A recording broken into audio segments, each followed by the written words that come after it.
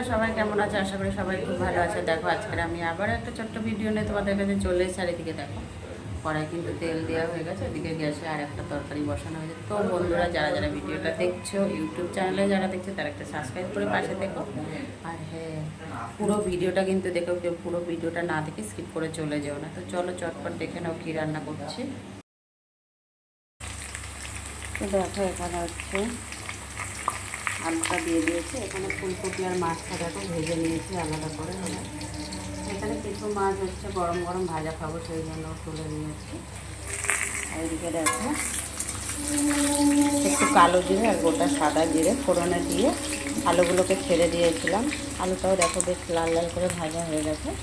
এবার স্বাদ মতন নুন দেবো।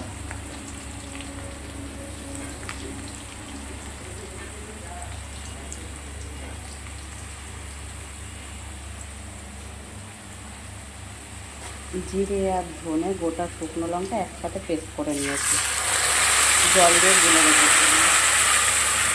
3-4 চামচের মতন দিয়ে দিয়েছি মশলাটা।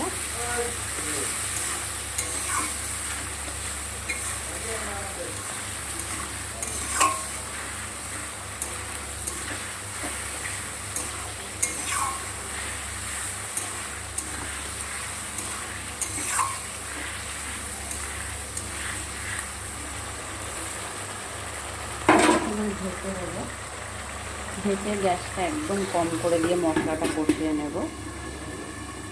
ঠিক 5 মিনিট পর ফিরে এসে তোমাদেরকে দেখাবো বন্ধুরা। দেখো বন্ধুরা, আলুটা যে মশলাটা দিয়েছিলাম কষানো হয়ে গেছে, প্রায় 5-7 মিনিট পরে ফিরে এসেছি।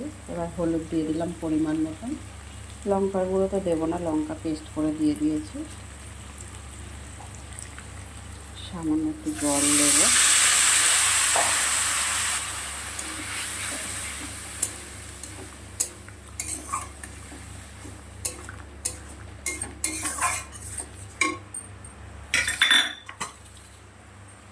এবার এই কপিগুলোকে না দিয়ে দেবো।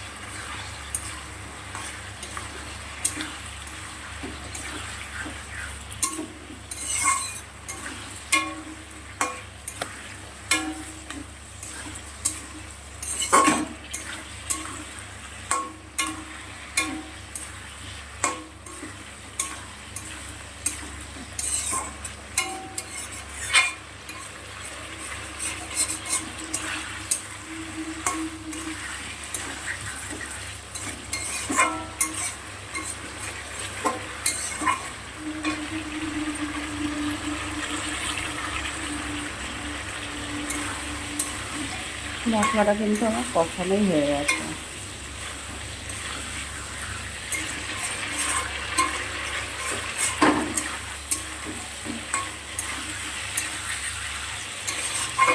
এবারে আলুটাও সিদ্ধ হয়ে গেছে। এবারে জল দেবো পরিমাণ মতন, যতটা ঝোল খাবো, খুব বেশি পাতলা ঝোল খাবো না।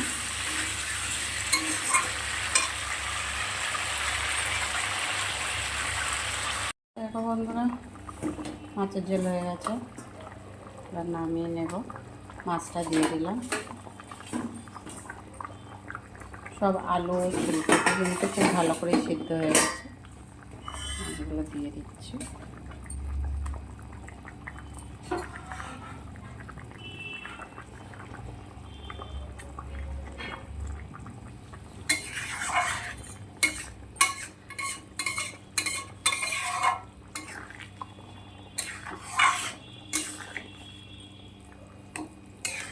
খুব সুন্দর করে সিদ্ধ হয়ে গেছে।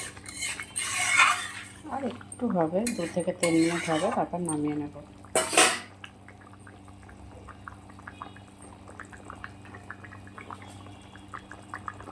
তো বন্ধুরা, ভিডিওটা বেশি বড় করবো না, এখানেই শেষ করব। যারা যারা ভিডিওটা পুরোটা দেখেছে তাদেরকে অসংখ্য ধন্যবাদ।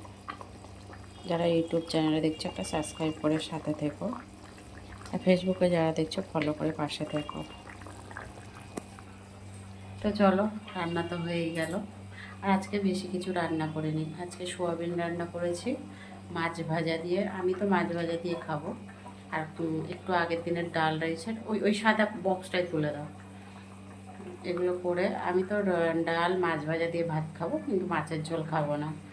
মাছের ঝোলটা সবাই খাবে বাড়িতে যারা আছে। তো রান্না তো হয়েই গেল, এবার নামিয়ে নেব। সবাই ভালো থেকো, সুস্থ থেকো, আবার পরে দেখা হবে কোনো একটা ছোট্ট ভিডিও নিয়ে। টাটা সবাইকে।